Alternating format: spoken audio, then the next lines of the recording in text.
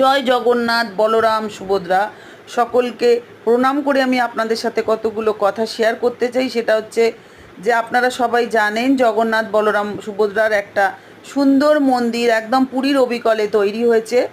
ওটা দীঘায় হয়েছে। আজকে সেটার উদ্বোধন।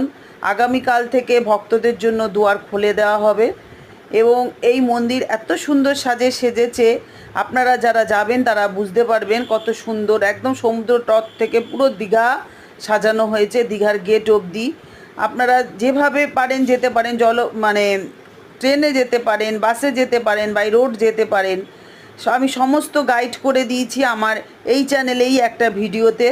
দীঘার মন্দিরের ওপরে যে ভিডিওটা আমি করেছি, আপনারা সেটা দেখে বিস্তারিত জানতে পারবেন কিভাবে যাবেন।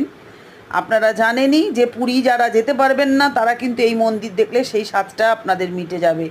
আমি বলবো সবাই যান, কারণ খুব একটা সময় লাগে না। কলকাতা থেকে বা যেখান থেকেই যান না কেন, দীঘায় যেতে খুব একটা সময় লাগে না। দীঘা তো আমরা সব সময় মরশুমে যেতে থাকি সমুদ্রের দর্শন।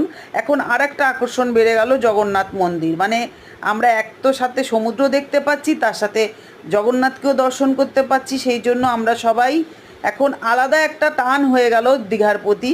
তো যাই হোক, সবাই কেমন করে গেলেন, কিভাবে কি দেখলেন, কেমন দেখলেন, যারা যাচ্ছেন অবশ্যই কমেন্ট করে আমাকে জানাবেন। আর আমার বড় ভিডিওতে আমি বিস্তারিত সমস্ত আপনাদেরকে জানিয়ে রেখেছি, চাইলে ভিডিওটা দেখে সমস্তটা জেনে নিতে পারেন। আগামীকালই আমি ভিডিওটা আপলোড করেছি। বন্ধুরা আমার পাশে থাকবেন, চ্যানেলটা সাবস্ক্রিপশন করে থাকুন। আজকে আসি, আবার দেখা হচ্ছে নতুন আরেকটা ভিডিও নিয়ে। টাটা।